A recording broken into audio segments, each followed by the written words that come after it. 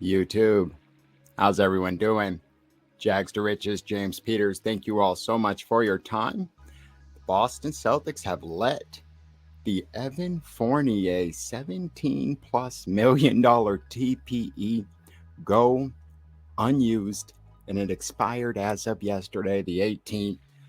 Just wanted to give my initial reaction to that. There's been several videos I've made over that over the course of how long. My God, how long has this whole Fournier thing been going? Not Fournier, but just this TPE, Fournier, Hayward, etc. My goodness, you're talking about quite a bit of time it's been. So today I just wanted to kind of give my, like I said, takeaways. Is this a mistake? Was this necessary or expected? With all the other moves and additions that they've made recently. And what is the actual fallout moving forward with this team? Is there any fallout, or what exactly will the roster construction look like? And, what I think comes next. As you can see right here, guys, if you type in Boston, Celtics, one of the top stories you'll see pretty much from multiple sources and sites is going to be this, as I mentioned, the, $17 million TPE going unused and expiring. Now, right off the bat, when you think of this is something I have been on the record of saying that I thought it would be a big mistake if they allowed this to go unused. However, every single time I said that, it preceded the Malcolm Brogdon trade. So I'll go into that a little bit, but when you take a second to think of where we are now at as a team, our needs, after all the additions, you also have to ask yourself, like, was the right player or fit out there when you talk about the consequences, tax-wise, money financially. But right off the bat, guys, the Malcolm Brogdon trade, you've seen we sent out 5 guys, the big ones being Tyson, Neesmith in a first. We bring back in Malcolm Brogdon, and as soon as that trade happened, to me, that was almost like them going out there and using the entirety of the 17.1 TPE. Obviously, 2 completely different things, but it's just in my head, I'm thinking, like, if they go out and use the TPE, they're trading for a pretty, significant $17 million player, right? However, what did they do? They did that exact same thing with Brogdon. He just happened to make a little bit more than the 17 million. But to me, once that trade happened, they went out there and grabbed that player or traded for that impact-based player that I thought that, because in a lot of those videos, who are some of the guys I mentioned? Jordan Clarkson, Marcus Morris, Kyle Kuzma, guys coming off the bench and providing some of the team's biggest needs coming out of the finals, scoring off the bench, playmaking, overall depth. So when you go and make a move and bring in a home run player like Malcolm Brogdon, a guy who is a starter in my opinion, but if not, if he's a 6-man next year, that might be the 6th man of the year if he, stays in that position throughout the entirety of the year, which I don't think he does. But when you go out and get a player of that magnitude, a guy who can score 20, get 5-6 rebounds, 6-7 assists a game while shooting nearly 40% and is a two-way player, any and everything I could have wanted and hoped for with that TPE acquisition was already answered there. And then they also signed Gallo. So that puts us in a current roster construction. I hate that I continually do this. It sounds so damn good every time I do. Marcus Smart, Jalen and Jason, Al, Rob, and then Brogdon, Derek White. What a 7 that is, right? And then Grant and Gallo, and then Peyton Pritchard. That is already the 10. And then you've got Sam Hauser and Luke Cornett taking up 11 and 12. You then have Mafidou Kabengele and J.D. Davison taking up the two-way contracts. Congratulations to both of them, including Mafidou. I did a full video on him yesterday. So then that only leaves you with those 3 remaining spots, right? However, that is a badass team right there.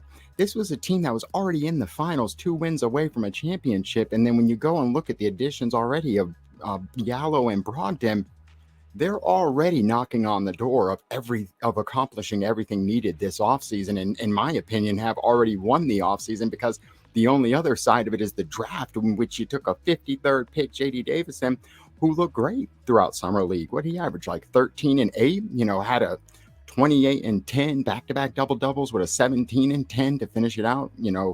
I thought he flashed. And then for him to take up one of those two-way contracts and only be 19 years old, again. But you also then go into what is available. So I named off the roster. And again, we've talked about the front court being the position where they could, use some help. Only having Al, Rob, and then you're looking at Luke Cornett and then Mafidou Kabengele signed to one of the two ways. Now, you've got Grant and guys like Gallo who could, are bigger bodies, Gallo's 6'10", but those aren't centers by any means, so they couldn't stay in like a big man position for very long unless you wanted to truly go small, run and gun. But we've talked about some of the guys that they could sign, free agents, Boogie Cousins, LaMarcus Aldridge, Montrezl Harrell, Hassan White, there's a lot of free agents. And then when we talked about the guys to trade, who did we mention? Derek Favors, Jakob Poeltl, if that was even a realistic one, but guys like Derek Favors. So when you really look at who was available to trade for at the position of need, because of course, again, when I did all those TPE target videos and I was talking about, the Jordan Clarksons and all those guys of the worlds, that was before Brogdon again. So that essentially wiped out that need, bringing in, Brogdon. And then when we bring in Gallo, who are some of the other guys, the Kuzmas and Marcus Morris? And I'm not saying that, who's better, but I'm just saying positionally and need-wise, you basically went out and got an additional playmaking guard who, by the way, at 6'5", 220 can play several positions. And then you got a damn stretch four, shooting, points off the bench, playmaking, right? Leaving the only true need as a center, front court addition. So my point is maybe that guy just wasn't there. The position of need and the player to answer that position of need just didn't equal out. And I think it's the biggest reason to me, it is financially. And shout out to Landon Lakes, down in the comments, he's been basically screaming it anytime we mention TPE. He talks about, or has mentioned the, how it is essentially almost like, and correct me if I'm wrong here, but it's like a 3-to-1 ratio right now because we're already in the tax. And not only are we in the tax, we're $20 million over already. So that means if you went out and traded for this $17 million player, that nearly makes him a $50 million player. A $10 million player essentially becomes like a near $30 million player because of the penalties you're paying. So when you really think of, are we going to go trade for a Derek Favors who makes $10 million, and because of the penalty, now we're paying nearly $30 million for him? Are we going to go pay a max salary for a guy like Derek Favors, or, put that player, whoever, pick a player and put him there? And what exact impact are we expecting? We just need like a third big, like who Daniel Tice was, a guy who might not even play every night. Someone that is just there in case something happens to Rob or Al, and someone that can lighten the load for those guys. And just like what Tice did last year when Rob got hurt and he came in and scored, 8 out of his last 12 games, he had double-digit points, I mean, that is what you need. And is that guy really worth freaking 30+ million? No, of course not. Especially when you've got the guys like the Aaron Baines and the LaMarcus Aldridge, Boogie Cousins, all those guys you could just sign to a mid-level exception, a small contract where you're not getting penalized. So I think that's really what it came down to, guys. They just, that player that he just, he didn't really come. I just don't think that, it was an obvious choice there, right? I think that the Celtics are clearly in a position where you just start the regular season with what you have, and then you go from there. You see if there is any needs at that point.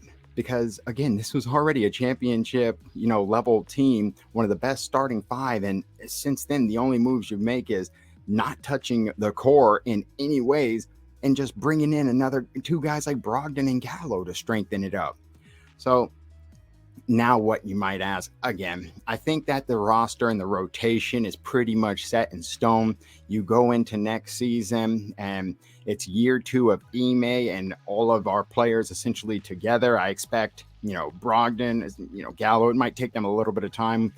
I think Derek White, who came over at the trade deadline, takes that next step. And then I think it's business as usual for everyone else. But I guess what I would say is that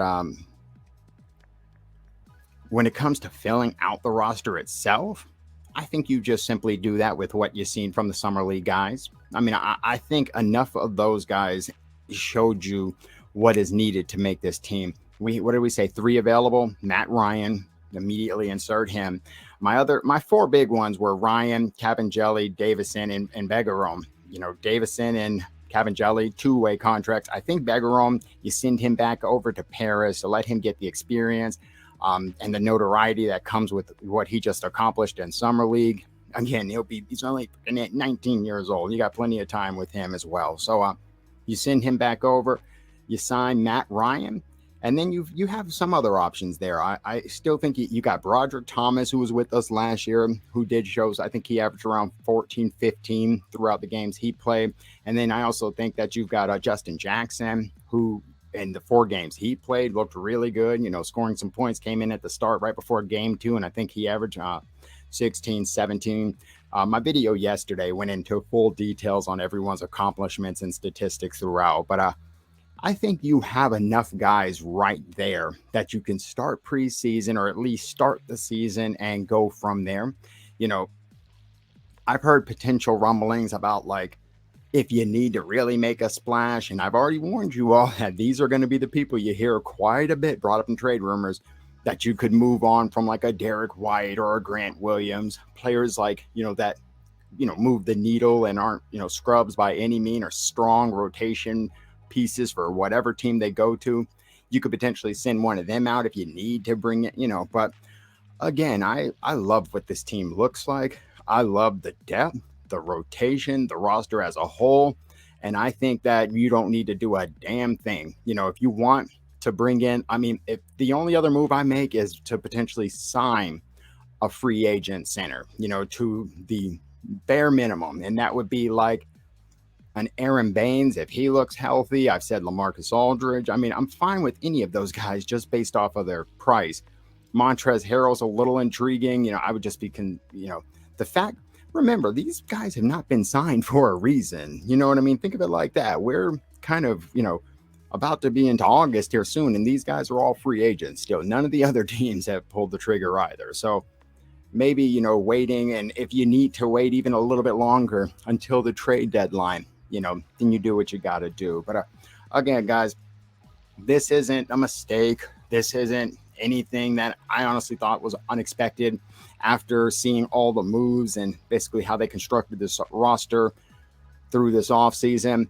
I was kind of more on the sign a free agent bunch of those guys that I just mentioned. I was never really big on the trade for the Derek Favors, or back when it was guys like Marcus Morris and Jordan Clarkson and some other players in that realm that were potentially available. I was a lot more excited. But again, Brogdon, Gallo fill almost any need and are pretty much better or as good as any other player you could have went out and brought in, especially when you look at the price that they paid for both of them. Think of them. They brought Brogdon in for Nesmith, Tice, and 1 first, and then they brought in Gallo on a vet minimum or something along those lines. So, or no, 2 years, 13 million. So, again, if you haven't had a chance the last 2 days, we've got about 50 new subscribers. I want to say thank you to all the new subs. I need to make sure I start talking shit about LeBron James on a weekly basis. I would have done it a lot sooner if I knew y'all loved it that much, but I'm just kidding. But to all the new subs, thank you all so much. I appreciate your,